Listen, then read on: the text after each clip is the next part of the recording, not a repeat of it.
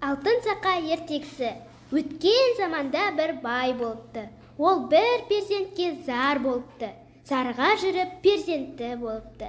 Бай бір күні жылқысын суара көлге келсе, көлдің ішінде бір қып-қызыл өкпе жүзіп жүр екен. Байдың айдап кеткен жылқылары көлдегі жүзіп жүрген өкпеден үркіп, суға жуымайды. Әлгі жерде бай жылқыларын қанша айдаса да суға жаба алмайды. Сол кезде бай тұрып, судағы жүзіп жүрген өкпені құрықпен түртіп көреді. Өкпе суға батып кетіп, әлден уақыттан соң жалмауыз кемпір болып, судан шығады да байдың жағасынан ала кетеді. Бай көзі алақандай болып қорқып кетеді. Бай жалмауыз кемпірге: «Ат басындай алтын берейін, қоя бер». Жалмауыз кемпір жібермейді.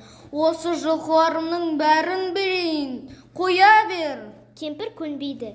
Кемпірден сасып: «Енді не берейін?» «Жалғыз балаңды бер, жіберейін». Бай жалғыз баласын бермек болады.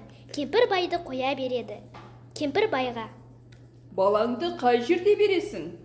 «Ертең көшемін, сонда баламның алтын сақасын жұртқа тастап кетейін. Сен жұртта сол сақаның жанында отырасың». Сонымен бай жалмауыз кемпірге уәдесін беріп, жылқыларын айдап кетіп қалады.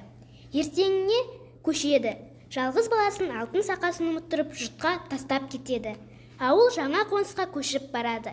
Асық ойнайын десе сақасы жоқ, бала алтын сақасын жоқтап жылайды. Менің асығым қайда? Кеше көшіп жүргенде жұртта қалыпты, барып алып келе ғой. Бала бармақшы болады да әкесінен: Әке, қандай тайға мініп барайын? Жылқышыдан сұрап мін. Жылқышы балаға: Құрығынды құлдыратып, жүгеніңді сылдыратып жылқыға бар. Қай тай бетіне қараса, соны мін. Бала құрығын құлдыратып, жүгенін сылдыратып, жылқыға келсе, шеттегі бір қотыр тай балаға қарай қалады. Бала сол қотыр тайды ұстайды да жүгендейді. Жүгендегенде тайдың қотыры жазылады. Үстіне тоқым салғанда құнан болады. Үстіне ер салғанда дөнен болады. Айылын тартқанда бесті ат болады. Бала үстіне қарғып мінгенде тұлпар болып, көзі ашып жұмғанша жұртқа жетіп келеді. Жұртқа келсе, алтын сақасы ошақ басындағы тезек түбінде жатыр екен. Сақа жанында бір кемпір отыр екен. Бала кемпірге: Шеше, анау жатқан сақанды алып берші. «Шырағым, бөзің түсіп ал. Кәріліктен отырсам тұра алмаймын, тұрсам отыра алмаймын». Мен жастықтан түссем, міне алмаймын, мінсем түсе алмаймын. Сонда баланың тайы сақаның жанына жата қалады. Бала үзеңгіден аяғын суырмай сақаны іліп алады. Тай тұра қашады. Жалмауыз кемпір тұра қуады.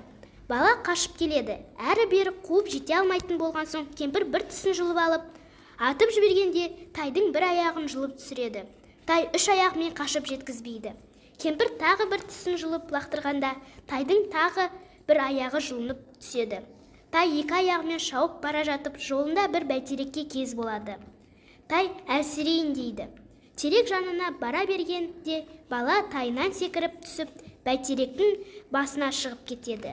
Жалмауыз кемпір бәйтеректің түбін кешке дейін қазады. Бір кезде бір қызыл түлкі келеді де кемпірге: Шеше, шаршаған екенсің, мен қаза тұрайын, сен ұйықтап демал. Кемпір жатады. Түлкі тісті суға атады да қазған шұқырды қайта бітеп, өзі кетіп қалады. Кемпір тұра келсе, тісі де жоқ, түлкі де жоқ. Кемпір тағы бір тісін суырып алып, кетпен қылып, бәйтеректі қаза береді.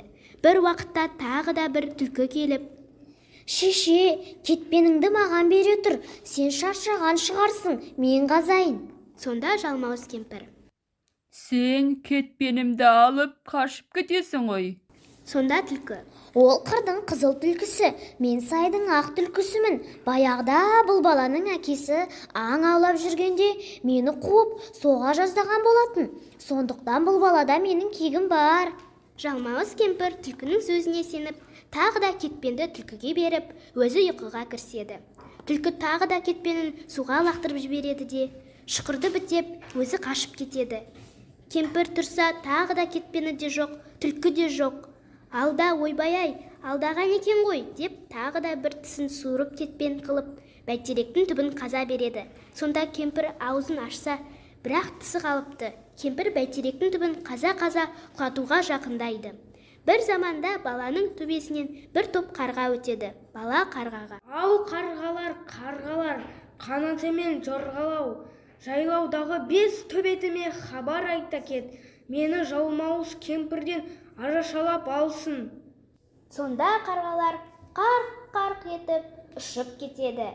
Бір мезгілде үйректер төбеден ұшып өтеді. Бала оларға да айтады. Олар да үндемей ұшып кете береді. Бір мезгілде бір қарлығаш бәйтеректің төбесінен әрлі-берлі ұшып жүреді де баланың төбесіне келіп қонады. Бала қарлығашқа жылап тұрып, бұған да тапсырады.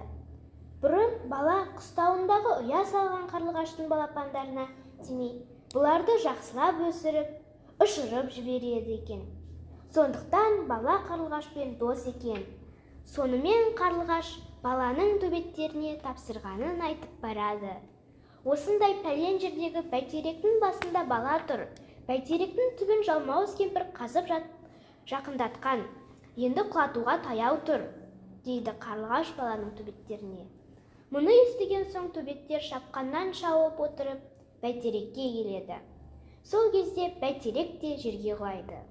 Баланың төбеттері жалмауыз кемпірдің қолын қол, бұтын бұт қылып, жүн-жүнін шығарып, талап тастайды. Бала төбеттеріне кезек-кезек мініп, еліне аман-сау жетеді. Бала жалмауыздан аман-сау құтылып келгеніне әке-шешесі қатты қуанып, ел-жұртын жиып, үлкен той қылады.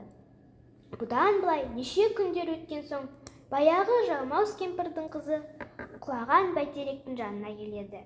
Кеше шешесінің жүні шығып, өліп қалғанын көреді. Кім өлтіргенін білу үшін сол жерде қарап жүрсе, иттердің ізі көрінеді. Мұнан соң қыз иттердің ізіне түсіп, келе жатса, көп жылқыға кез болады. Енді ауыл жақын екенін біліп, ол жүріп келе жатады. Иттердің ізі тұп-тура байдың қотанына алып барады. Бұл кезде қотанға баяғы жалмауыз кемпірдің қызының келгенін біліп, 5 төбет жалма-жан тұра ұмтылады. Қыз кемпірдей емес, өте күшті екен. 5 төбетке бой бермейді. Сол арада бала садақпен атып, қыздың көзін шығарады. Садақпен екінші атқанда қызды өлтіреді. Сөйтіп жалмауыздан мәңгі құтылады.